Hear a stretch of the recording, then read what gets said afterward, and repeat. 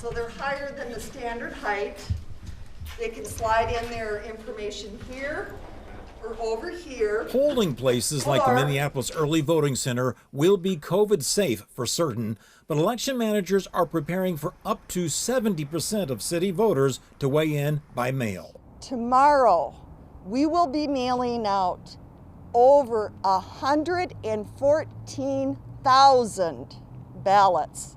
That's phenomenal. That will shatter all previous early absentee voting records in the city, and with that volume of mail in mind and a nod to social distancing, they've moved the ballot assembly center to the Minneapolis Convention Center.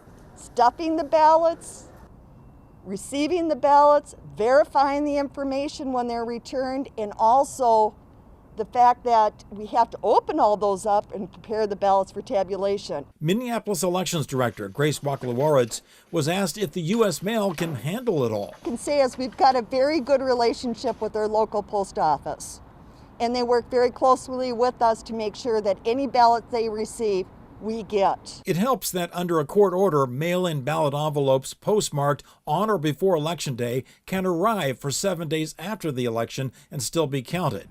Oh, and remember the curbside drop-offs? Well, there will be more of those in Minneapolis for the general election. Exact times and locations haven't been announced yet.